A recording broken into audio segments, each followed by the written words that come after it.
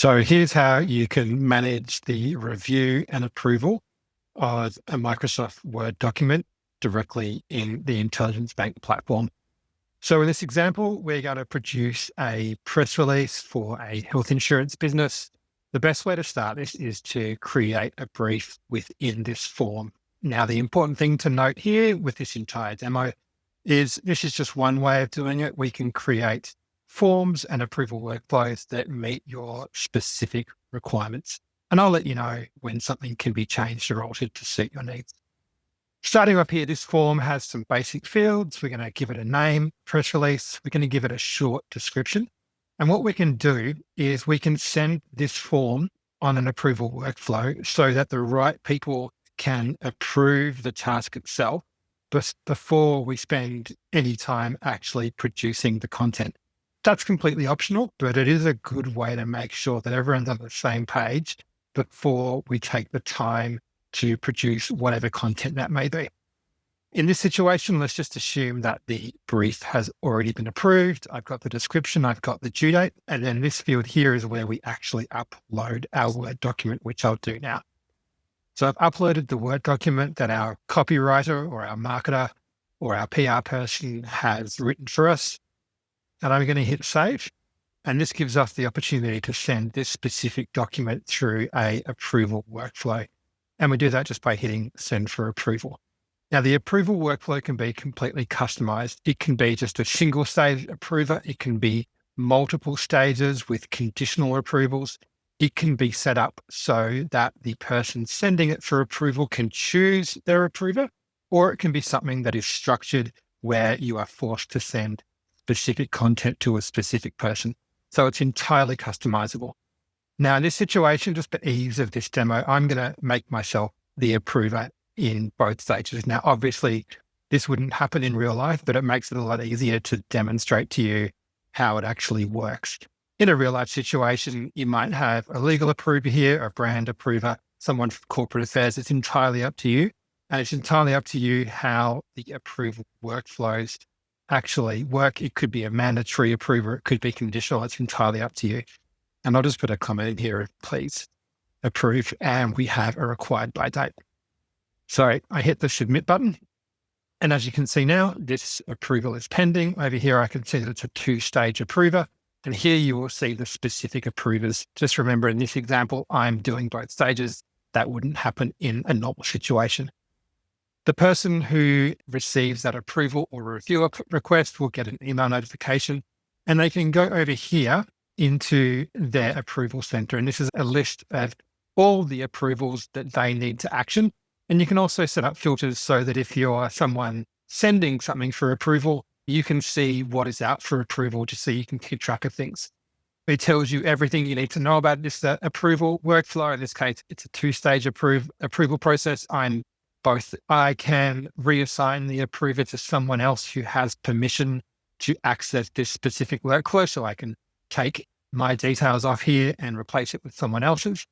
And I can also add what we call a collaborator. So this is someone who won't directly be approving the content, but they may be a subject matter expert that you might want to add, whose input you could think is valuable. So let's say in this case, it's Beck. So Beck is an expert in this specific product, and we can bring her in to allow her to comment on the press release. But I'll just cancel out of this for now.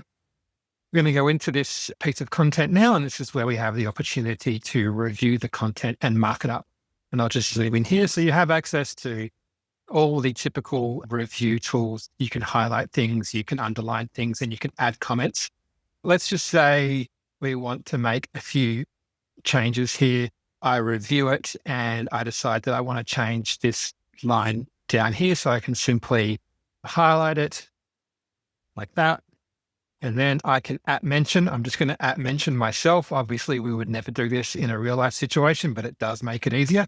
I can just say change to more control over their cover. I'll just put some quotation marks over that just to make it a bit easier.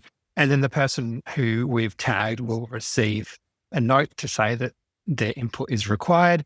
They can reply to that in the same way that you would have with any typical markup platform.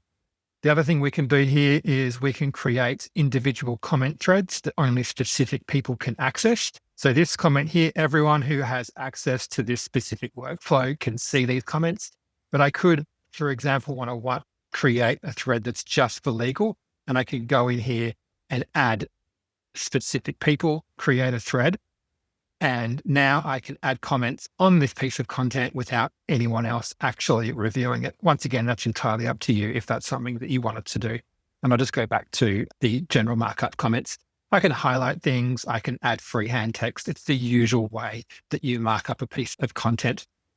In this situation, I'll just go out of this and let's assume that there are some changes and these changes have been made. The person makes those changes within Word, and then they need to upload the second version of this. And they do this just by hitting add a revision. And that brings us to this kernel here. And I'm just going to grab the new version of this and upload it to the platform. And I'll hit save. And now what we can do is go through this new version and do exactly the same thing that we did in the first version. We can mark up comments, we can tag people, we can create those private comment threads that I mentioned before. The important thing here is that I may have both versions available to access at any time. So the second version doesn't delete the first version. They're all there. So you've got that complete system of record. You always have a complete understanding of every single version in the platform. What I can do here is highlight both of them, hit compare and go to highlight text changes. And this will show me all the changes that have been made in this document so far. So on the left-hand side, highlighted in blue are the new things. And on the right-hand side, highlighted in orange is the old version. And you can actually see exactly what you've changed. And this would work with any form of text, whether it's a PDF or a PowerPoint presentation or a Word document, you'll always be able to see that. So I'm just going to click out of here. And I'm going to go back to markup. So let's assume this version is approved. You've reviewed it. You've gone through everything. It's as simple as going to response and I hit approve and I hit submit response. Now in this situation, remember it's a two-stage approval. So I actually need to go in there and approve it again. Once again, that would not happen in real life. It would be a different approver, but for the sake of this demo, it's just easier to have it all under my name. It's quite hard to pretend that you're someone else in the platform, and that's a good thing. So I'm going to go in here as the second approver. I can review it. I can add additional comments as the second approver. I can do all those markups that I showed you previously. Let's just say in this example that everything is good. So I'm going to hit approve and I'm going to hit submit response. And that's gone from my approvals list. And I'm just going to flick back to that brief itself and I'll just hit refresh.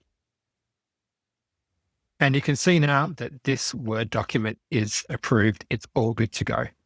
In this situation, it shows me the time to approval, 0 hours. It was a very quick approval process for this demo, but it will show you the number of hours or the number of days that it takes you to approve something. And you can start to collect that data over time to make sure that your approval processes are getting faster over time and identify any bottlenecks that there may be in the process.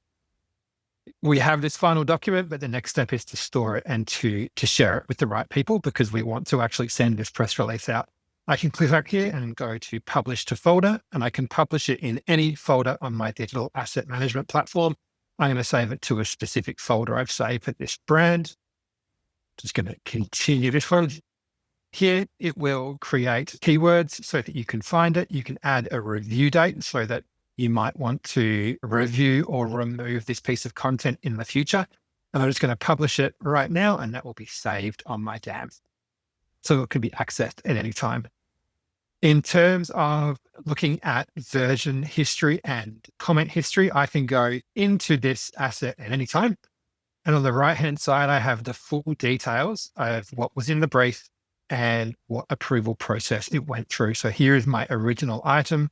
Here is my approval request and who I sent it to for approval. Once again, this would always be someone different, not me. In this situation, I can see exactly when it was approved and who approved it as well. So you've always got that complete system of record to show when something was approved.